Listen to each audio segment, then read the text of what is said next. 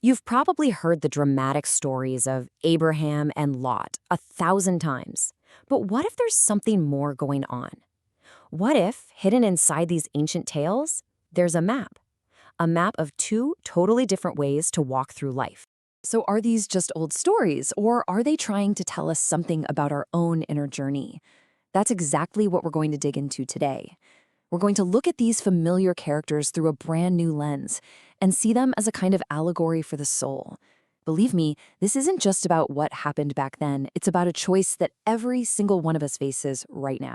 All right, so here's our plan. First, we'll look at the two different spiritual paths and how their locations tell us everything.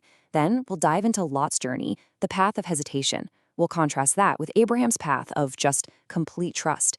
After that, we'll uncover this surprising idea about the power of inner purity. And finally, we'll put it all together and compare these two ways of life side by side. So let's get in. To really get what's going on inside these two men, you first have to look at where they are, literally. In these stories, geography is psychology. It's a huge clue. Okay, check this out. It's such a small detail, but it's so important. Lot is sitting at the city gate of Sodom. He's connected to all the noise, the busyness, the chaos of the world. It's a kind of shaky, unstable spiritual rest. But Abraham, he's sitting at the entrance of his tent, totally separate, totally detached, resting completely in God. It seems like nothing, but it has massive implications for the journey that's coming for both of them. All right, let's zoom in on Lot for a minute. His story is just this perfect picture of the struggles so many of us have, especially in the early stages of faith. His path is all about fear and that deep, deep instinct to just protect yourself. You could say Lot represents something called beginner contemplation. I mean, he's on the path, right? He wants to follow God, but he is just tangled up in all his worldly attachments and all his fears. It's like trying to swim with a giant anchor tied around your ankle. His gut reaction is always, how can I plan my way out of this, instead of just letting go? And his actions just lay this all out step by step. The angels show up, they tell him the city is doomed, they say you have to run.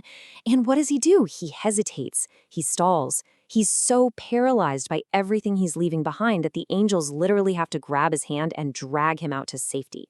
He's not moving on his own power at all. And here is where you really see his mindset shine through. God's command is simple. Flee to the mountain. Go to the highest spiritual place. But Lot, he's terrified. He starts negotiating for a little tiny city nearby called Zoar. He's basically saying, look, I can't handle that huge spiritual journey you're offering me. Just give me a smaller, safer path that I can control. And God allows it, but the text makes it clear it's only because of Lot's weakness. And just look at the fallout. His wife looks back, that's an act of trusting her own judgment over God's command, and she becomes a pillar of salt. It's this flashing red warning sign. When you're on a path of faith, your own worldly wisdom is totally useless. And get this, even in that safe city he picked for himself, his self-reliance ends up leading to complete disaster anyway. Okay, now let's flip the script and look at a completely different path, Abraham's path. This isn't about self-preservation. This is the journey of total self-abandonment, of absolute trust. Think about that wild story with Abraham and King Abimelech.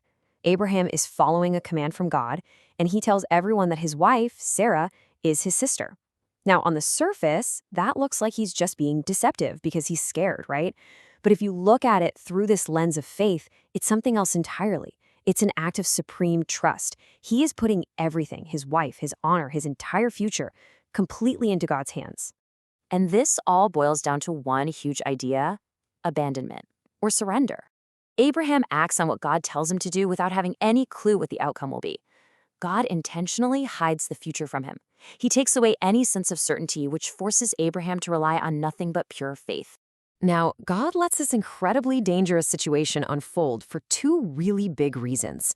First, he wants to show everyone the incredible depth of Abraham's faith to make him an example for all of us. And second, he wants to show off his own miraculous, absolute power to protect those who just completely abandon themselves to his care, no matter how impossible things look. But you know, the most powerful lesson in this whole story, it doesn't even come from Abraham. It comes from God's intervention with King Abimelech, and it reveals what is maybe the ultimate safeguard on the spiritual path. Just listen to these words. God speaks to Abimelech in a dream, and he says he physically stopped him from sinning. But why? It's not just because the king didn't know the truth. It's because he acted with, and I quote, the integrity of your heart. God doesn't just protect Sarah, he protects the king too, because his intentions were pure.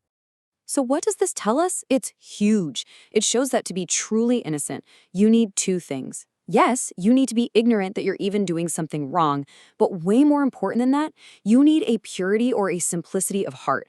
That inner purity is so vital that God will literally perform miracles to keep a pure heart safe, even from a mistake it doesn't know it's making. It's our greatest protection. Okay, so let's put it all together and set these two paths right next to each other. The difference is just night and day.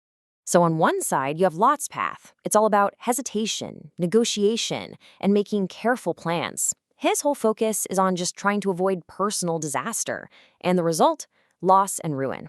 Then you look at Abraham's path. It's about immediate obedience, total trust, and complete surrender. His focus isn't on himself. It's just on doing God's will. And the outcome? Miraculous, divine protection. And there's one last really beautiful image here. Abimelech gives Abraham silver for Sarah to get a veil. Now, spiritually, you can think of this veil as representing naked faith. It's this covering that protects our spiritual gifts, our virtues, from the kind of vanity and self-satisfaction that, like we saw with Lot, always leads to destruction in the end. So, all of this leaves us with a pretty pointed question for ourselves, doesn't it? When you're facing the unknown in your own life, which path do you find yourself on? Are you on the path of Lot, carefully trying to plan out your own safe little city? Or are you on the path of Abraham, willing to step out into the unknown with radical, naked trust? For more spiritual resources, visit lokaken.ai.